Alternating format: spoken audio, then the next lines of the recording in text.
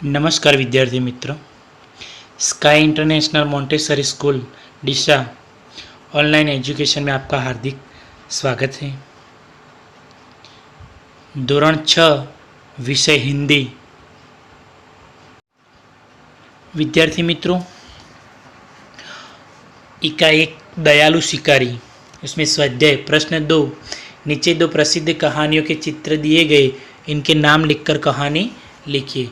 तो यहाँ पर 3 कहानियाँ दी गई है। पहली कहानी का नाम है बातूनी कछुआ, दूसरी कहानी का नाम है समझदार कौआ, हम ऐसा भी बोल सकते हैं बुद्धिमान कौआ। तीसरी कहानी का नाम है कौआ और लोमड़ी। तो आज मैं आपको 3 कहानियाँ सुनाऊंगा। पहली कहानी का नाम है बातूनी कछुआ।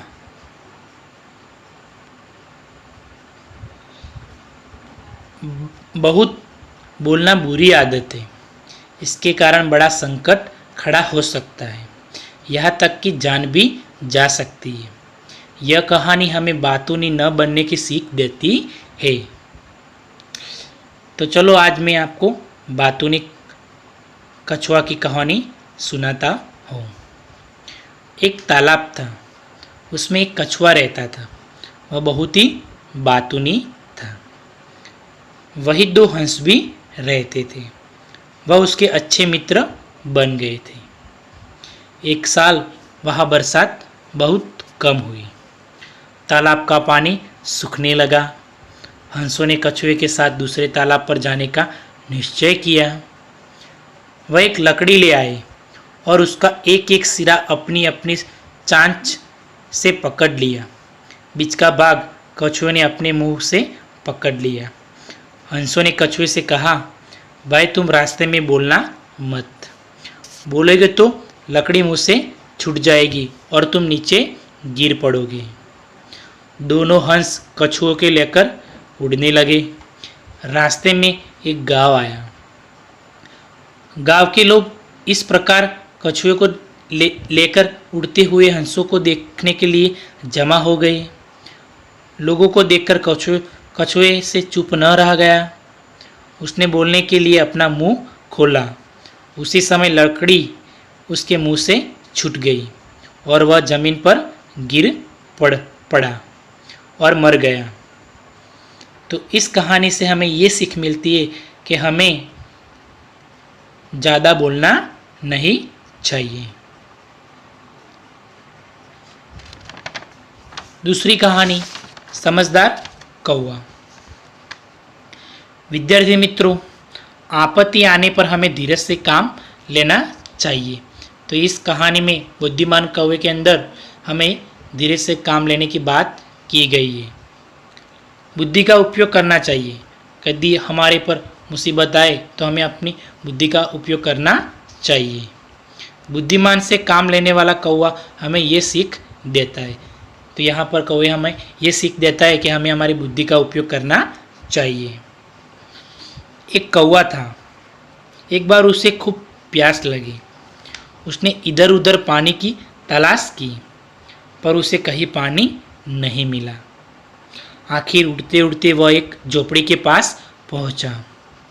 वहाँ उसे एक घड़ा दिखाई दिया गया। घड़े में थोड़ा पानी था। पानी बहुत नीचे था। कौवे की चोंच पानी तक पहुंच नहीं सकती थी। पानी ऊपर लाने के लिए कौवे ने एक उपाय सोचा।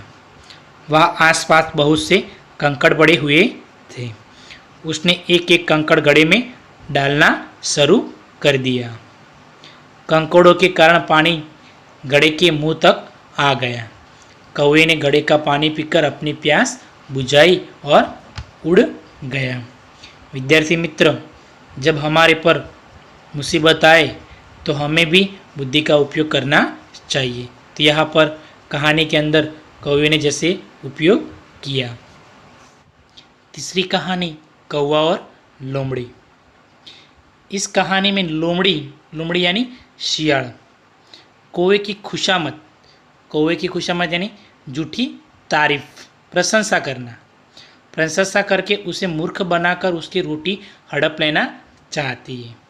लेकिन कौवा भी होशियार है और वो अपनी होशियारी से काम लेता है और लोमड़ी को अपना अपना छोटा सा मुंह लेकर खाली हाथ चले जाना पड़ता है।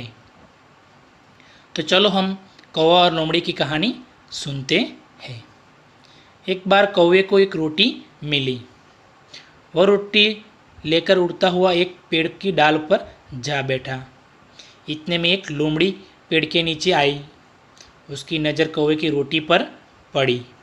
उसके मुंह में पानी आ गया। उसको रोटी खाने की बहुत इच्छा हुई, बहुत भूखी थी। उसने सोचा क्यों ना मैं आज कौवे को मूर्ख बनाकर उससे पास ये रोटी में छीन लूँ। लोमड़ी ने कौवे से कहा, कौवा भैया कोई गाना सुनाकर, अपना गाना मुझे बहुत मीठा लगता है, आप कोई मुझे गाना सुनाओ ना। लोमड़ी ने क्या किया, उसकी तारीफ की। कौवा लोमड़ी की चालाकी समझ गया। कौवा मने मन बात करने लगा कि लोमड़ी मुझे मूर्ख बनाकर मेरी ये रोटी खाना चाहती है। उसे लगा कि लोमड़ी रोटी पाने के लिए यह नाटक कर रही है, कि एक खोटा बाह्य दिखावा कर रही है और मेरे पास से रोटी छीनना चाहती है। कौवे ने अपने चांच की रोटी अपने पिंजे से पकड़ ली। कौवे ने क्या किया, अपनी जो रोटी थी वो अपने जो पैर का पंजा था ना, उससे उसने पकड़ ली और वो ज़ोर ज़ोर से काव काव करने लगा, गीत गाने लगा। यह देखकर लोमड़ी आश्चर्यचकित रह गई। उसको लगा कौवा तो बहुत समझदार है। ऐसा वह मन ही मन बोली और चलती बनी। वहाँ से वो चली गई। फिर कौवे ने मज़े से रोटी खा ली और वहाँ से उड़ चला। तो सचमुच अपनी झूठी बड़ाई सुनकर हमें गुमराह नहीं होना चाहिए। यदि कोई खोटी बड़ाई करे तो हमें गुमराह नहीं होना चाहिए।